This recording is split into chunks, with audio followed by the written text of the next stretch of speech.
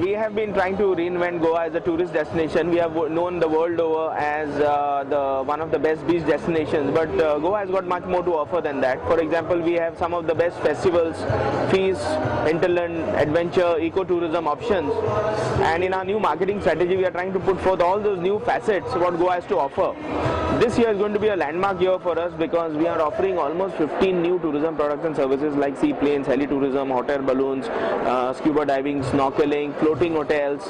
So we are getting in almost 15 to 20 new products which are being launched this year. In addition, we are coming out with a PPP model to develop 7 of the properties where we will be developing things like a theme park, an oceanarium, a convention center, 5-star hotels, a marina, yacht club, etc. So the tenders for that have been already floated. Some of them have been already floated.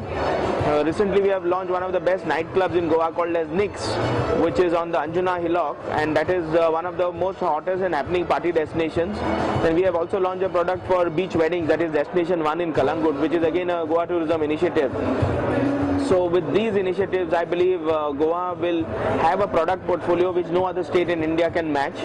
Recently we got a feather in our cap and National Geographic world over rated Goa as the 6th most best nightlife destination in the world by beating places like Ibiza in Spain and Thessaloniki in Greece. So I think that speaks volumes about Goa and its vibrancy as a tourism product. We have got a lot of facets. We have got a very different characteristics that Goa can offer, and as a part of our new branding strategy, see, Goa got defaulted as a beach destination by default, and that has come to stay and stick on as for Goa tourism as a brand. But we wanted people to know that Goa is much more than that. For example, we celebrate a Goa Carnival. It is the only one of its kind carnival in the whole world, because you have a Rio Carnival, you have Venetian Carnival, they are different, but Goa Carnival is very much different. So we had a lot of tourists from all over the world descending in Goa in the month of February when we held a carnival. This month we are talking about Shigmo, which is Goa's version of the Holi or the Spring Festival, which will get underway from 7th to 20th of March, which are characterized by colorful parades and mythological floats depicting mythology in Goa. Then in the month of April we are having Goa's Food and Cultural Festival, which will go on for 5 days. Then in the month of May we are having the Goa's Cashew and Coconut Festival.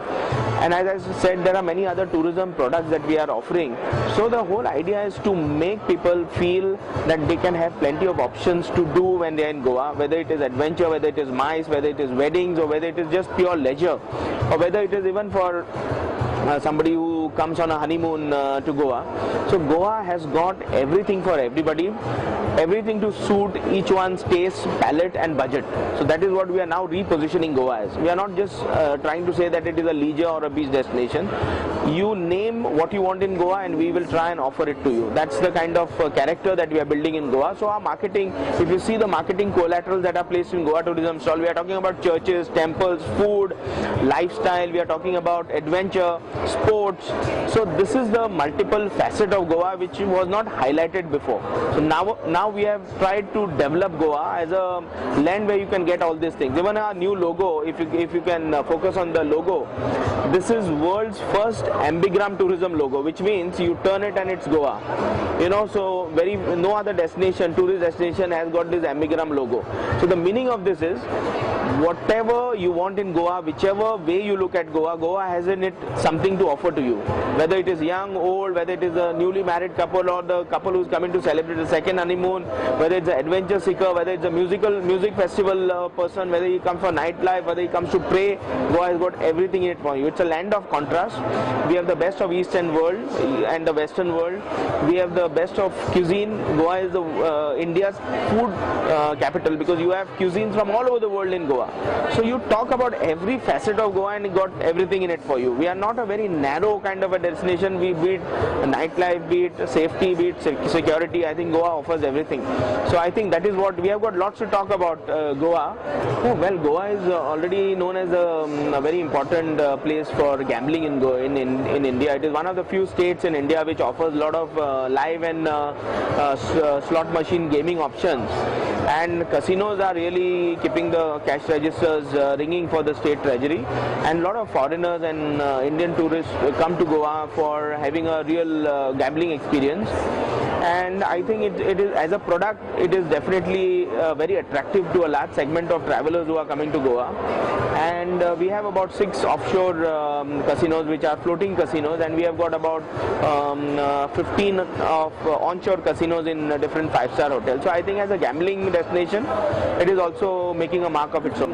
There is a lot of publicity already on casinos in Goa, but as a we do talk about casinos for the foreign and Indian tourists. But one thing is that within Goa we don't talk about it, because Goans are not allowed to step into the casinos. It is only for the tourists who are from outside Goa, whether it is Indian tourists or whether it is foreign tourists. So we don't talk about casinos within Goa, but yes, when we go abroad or when we do our road shows, we talk about casinos. Especially when it comes in Indian context, we are not going out of our way to promote LGBT, no. But Goa is a very tolerant society.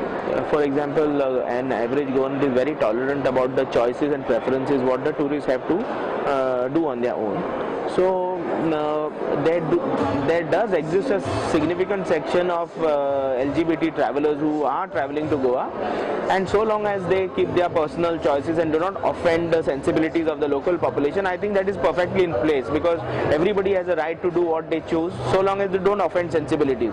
But no, that is not a part of our marketing strategy, because as I said, we have got so much to talk. We have got food, cuisine, adventure, ecotourism, adventure, hinterland. So I think when we have so much to talk, we need not go into areas which probably could ruffle a lot of feathers. Well, I think it's a nascent area, but as I said, there are a lot of LGBT travelers who are already coming to Goa, and if you ask whether it is a part of our marketing strategy, the answer is no. But if whether Goa is tolerant enough to accept such travelers, the answer is yes, provided they don't, provided the local sensibilities are not offended. Any traveler is free to come and enjoy himself in Goa.